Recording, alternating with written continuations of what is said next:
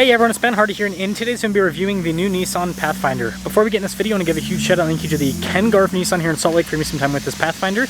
I'll include a link to their website in the description down below. If you have any questions, need any help, just ask for Paul. I'll also include a link to my car buying guide. Let's get into it.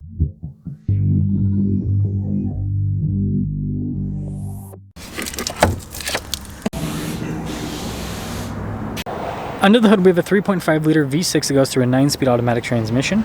Fuel economy is 21 around town and then 27 on the highway, with power outputs being 284 horsepower and then 259 pound-feet of torque. Now, before we move forward with this review, I do want to mention if you want to see more videos just like this, then I recommend you subscribe because I post content every single day. So starting with the hood, you guys can see this is finished in this dark forest green. I think it's a really cool color on the Pathfinder. And then popping down below, nothing too fancy with the turn signal indicator, but the headlights look pretty crazy. And then the green actually contrasts very nicely with the chrome. You also have the new white Nissan logo. Fog lights at the very bottom, but yeah, pretty good looking front end. Now our turning wheel setup is 255 by 50 by 20 in the front and over in the rear. And you can see here at the wheels, you got kind of like a satin gray finish on them. Pretty fancy looking. Unpainted with the fender flares and the bodywork there on the side, but you do get some chrome stripping right there. And then we've got the crossbars are at the very top, so some added practicality. Utah spec is what we'll call it, or Colorado spec, that works too.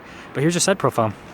This leads us to the key fob where we have the Nissan logo. We have our lock and unlock, remote start, opening for the hatch as well. Pretty cool setup.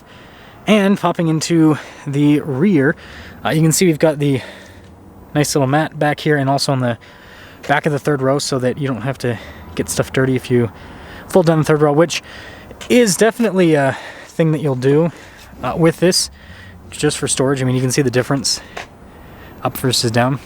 And then the last thing I do want to mention with the third row is, see the cup holders back there, which is nice. Anyways, when you're all done, just press that and that'll lower the hatch back down.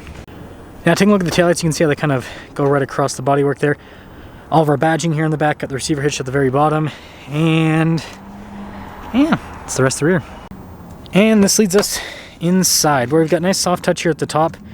Sunshade here for the rear passengers. Then we got more soft touch down below. And you guys can see here with the cup holder. It's also nice. And then nice trim on the seats. I actually like this. It's kind of cool with a little cloth insert. Then quickly pop in.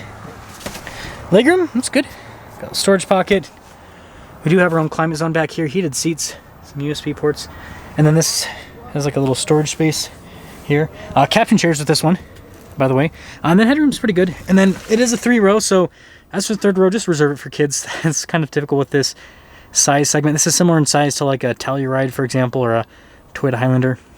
And then this leads us up front. So again, we've got the soft touch that goes across there, down below as well. All of our window controls here. We've got our mirror adjustments, and then blind spot monitoring with the mirrors. And then here's the front seat. Got a nice trim all over. All of our adjustments there on the side. And this is cool. And then you've got your steering assist, the opening for the hatch as well.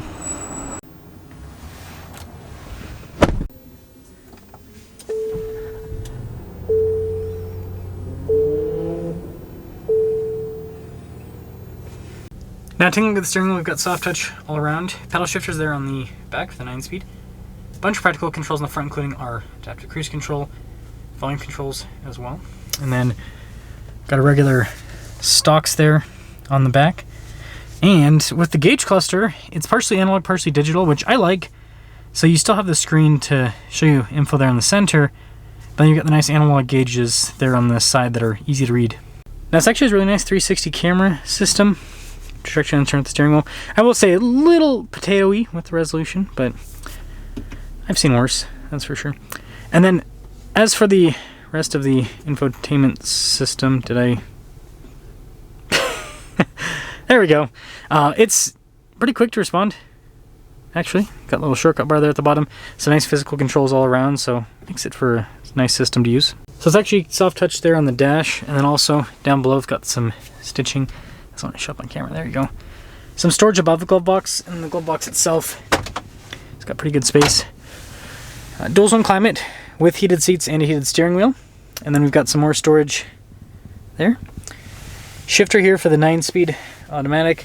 Got some cup holders here, your auto stop, start, parking brake, auto hold.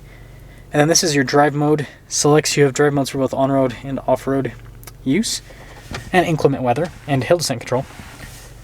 More storage in the center console. Nice trim here on the top, and I don't know why that is not clicked in. Anyways, we got the controls here for the panoramic sunroof. Here's a quick look at the window sticker for the Pathfinder SL. You can see all the standard equipment. Got some options too. 51,800 is the total MSRP. And let's see how it performs.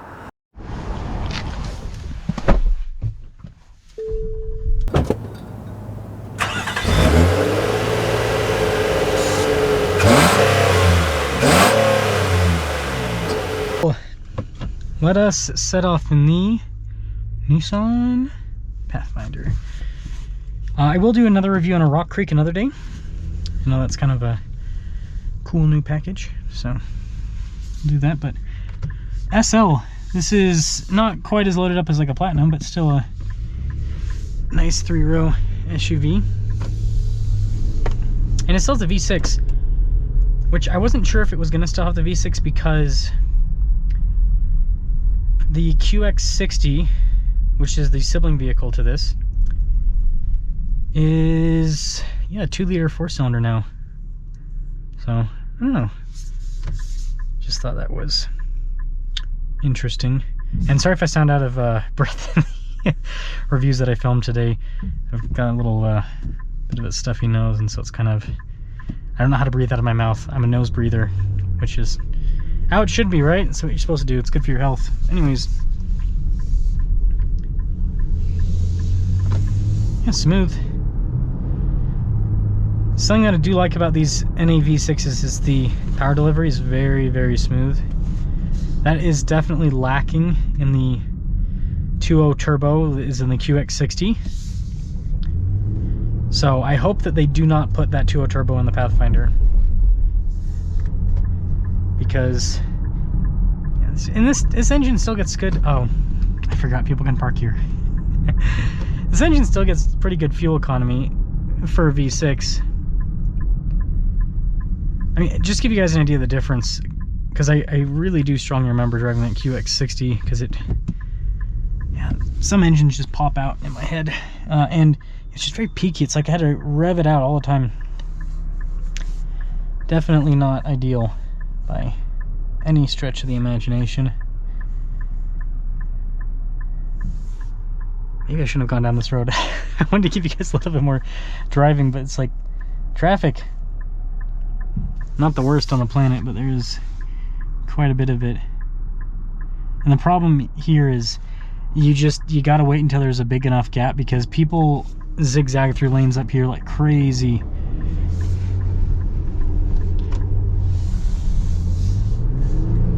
Zoom! Yeah, not too bad. Not too bad. Yeah, Utah does, in fact, I can say this with full confidence, Utah has the worst drivers in the country. It was like there's like some sort of test done, or like data gathering done, and Utah has like more crashes per capita, something. It's bad. So the Pathfinder is a nice 3-row SUV, and it still has a V6, and that's something that I think is very appealing. The Pathfinder is just a more simple car, which I think that's what a lot of people want nowadays, because the new stuff's just gotten a little bit too over the top with the tech and everything else that it has going on. And so having something that's like NAV6, if that person can figure out their car trouble. Anyways, NAV6, torque converter automatic, right? It's nothing crazy.